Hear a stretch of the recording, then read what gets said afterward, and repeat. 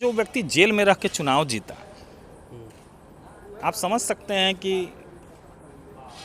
कैसा व्यक्ति रहा होगा जो जेल से निकल के जेल में से चुनाव जीता।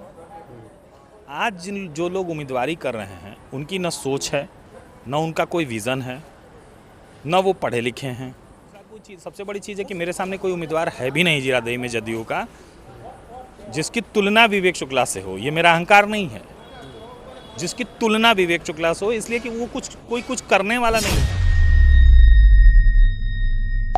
बिहार टॉक न्यूज़ आप देख रहे हैं। मैं हूं मोहम्मद सिराज। अभी हमारे साथ मौजूद हैं जीरादेई के संभावित उम्मीदवार विवेक शुक्ला जी वहां से अपनी दावेदारी को पेश कर रहे हैं और इनकी जो दावेदारी है वहां पे काफ़ी मजबूत है। और ये किस मुद्दे पे और किस लिए वहां से चुनाव लड़ रहे हैं, क्या बदलाव करना चाहते हैं, आइए हमारे साथ मौजूद हैं, इनसे जुड़ते हैं और जानते हैं कि क्या किस तरह से इनकी रणनीति होगी और किस तरह से वहाँ के प्रत्याशी को हराएंगे। बिहार टॉक को बहुत बहुत धन्यवाद। मेरा आपका चैनल आगे बढ़े, मेरी शुभकामना है। और जीरादेई के लिए मैं इतना ही कहना चाहता हूं कि जीरादेई से चुनाव लड़ने का मेरा उद्देश्य आज से नहीं है और चुनाव लड़ने का उद्देश्य नहीं है, काम करने का उद्देश्य है, हमेशा से रहा है, कोई नया नहीं है। और सबसे जो अहम बात है कि जीरादेई डॉक्टर राजेंद्र प्रसाद की भूमि होते हुए भी उस स्थान को हमेशा से जो भी जनप्रतिनिधि आए गए, लेकिन उन्होंने कभी भी उनके लिए कुछ नहीं सोचा। उसकी वजह कुछ भी हो, राजेंद्र बाबू जाति से सवर्ण थे या बहुत सारी ऐसी चीज़ें हैं जो मुझे लगता है ऐसा कि मुझे ऐसा लगता है कि बहुत सारी ऐसी बातें हैं कि जिस कारण से वहाँ पे विकास नहीं हुआ। मैंने जब भी मुझे समय मिला तो मैंने हमेशा समय के साथ जीरादेई के लिए हमेशा कुछ करने का प्रयास किया। वहाँ के जो हमारी जीरादेई की समस्याएं हैं उसको समझने का प्रयास किया। लोगों के बीच हमेशा बना रहता हूँ। ज़मीनी स्तर पे हमेशा हमने काम किया है, लोगों के राशन कार्ड के लिए काम किया, विद्यालयों के लिए काम किया, जीरादेई डॉक्टर राजेंद्र बाबू के जो आवास है उसके लिए भी काम किया। वहाँ राजेंद्र कुष्ठाश्रम है उसका मुद्दा संसद तक पहुँचाया। बहुत ऐसे सारे काम हैं जो हमने किए हैं। कभी भी ये सोचने की सोचने की कोशिश नहीं कि मुझे क्या फ़ायदा होगा।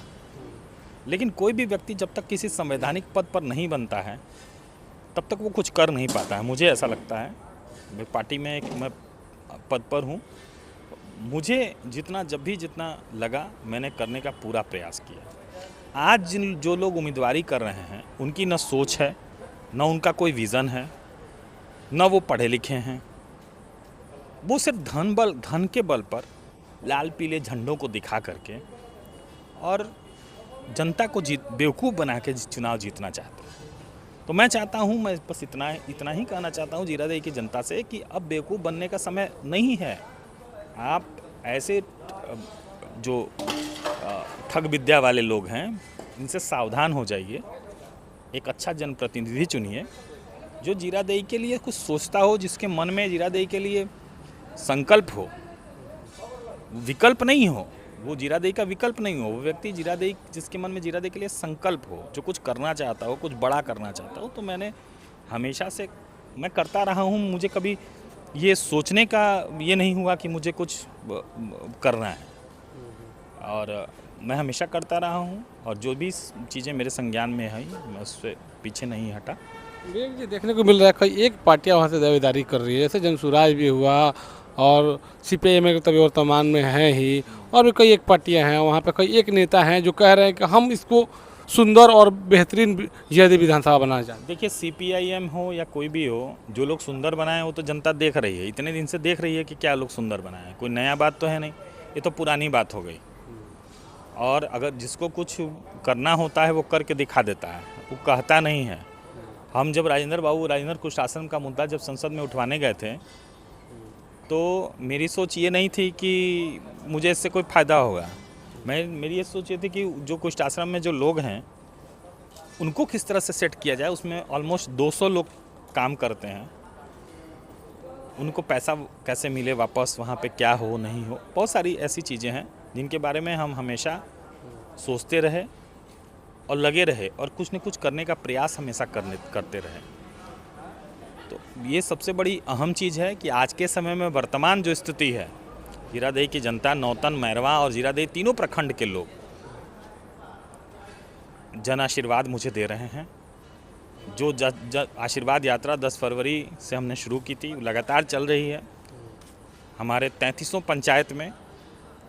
और यही नहीं, 282 बूथों पर हम लोग जो है एकदम काबिज हैं और चुनाव जीतने का मुद्दा रखते हैं। जब समय आएगा तो हम लोग उसको करके दिखाएंगे। अच्छा, वर्तमान विधायक के कार्य से आप कितना संतुष्ट हैं और वहाँ की जनता क्या सोचती है उनके बारे में? वर्तमान विधायक तो जब चुनाव जीते थे तो जेल में थे। तो जो व्यक्ति जेल में रह के चुनाव जीता, आप समझ सकते हैं कि कैसा व्यक्ति रहा होगा जो जेल से निकल के जेल में से चुनाव जीता। हमारी पार्टी की कुछ भूल थी उस समय, जो पार्टी ने जो टिकट दिया या जो भी हुआ सो उसका मैं जिक्र नहीं करना चाहता हूं, लेकिन ऐसा कुछ इस बार नहीं होने जा रहा है। और माननीय मुख्यमंत्री जी ने भी मुझे अभी बुलाया था और आज मैं पूरे अपने लेकर उम्मीदवारी को आश्वस्त हूँ। और दूसरा कोई चीज़, सबसे बड़ी चीज़ है कि मेरे सामने कोई उम्मीदवार है भी नहीं जीरादेई में जदयू का जिसकी तुलना विवेक शुक्ला से हो। ये मेरा अहंकार नहीं है, जिसकी तुलना विवेक शुक्ला से हो, इसलिए कि वो कोई कुछ करने वाला नहीं है। सब लोग अपना साधने के लिए। वहाँ पे एक एजुकेटेड प्रत्याशी का आना, एक मतलब सामाजिक प्रत्याशी का आना कितना जरूरी है? बहुत ज़्यादा ज़रूरी है, बहुत ज़्यादा ज़रूरी है। आज तक जीरादेई में एक स्तंभ द्वार नहीं बन पाया। आज तक जीरादेई का सौंदर्यीकरण नहीं हो पाया। आज तक जीरादेई में किसी व्यक्ति को, माननीय विधायक ने कभी किसी को रोजगार देने की कोशिश नहीं की। सारी चीज़ें एज इट इज पड़ी हुई हैं। कोई काम वहाँ पे नहीं हुआ है कभी भी, याद जान लो। तो वहाँ की जनता से क्या अपील होगा आपका? जनता से बस यही अपील है कि 2025 के चुनाव में अपने भाई, अपने बेटे और अपने ईमानदार नेतृत्व को, विवेक शुक्ला को जन समर्थन अपना दें।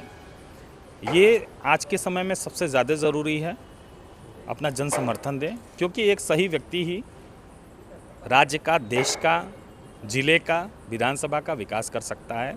और मेरी योजना विश्व स्तरीय बनाने की है जीरादेई को, वो मैं बना के रहूँगा, चाहे उसके लिए मुझे जितना भी प्रयत्न करना पड़े। जी, चलिए, हमको समय देने के लिए बहुत शुक्रिया। बहुत बहुत धन्यवाद आपको, बहुत बहुत धन्यवाद। जय जीरादेई।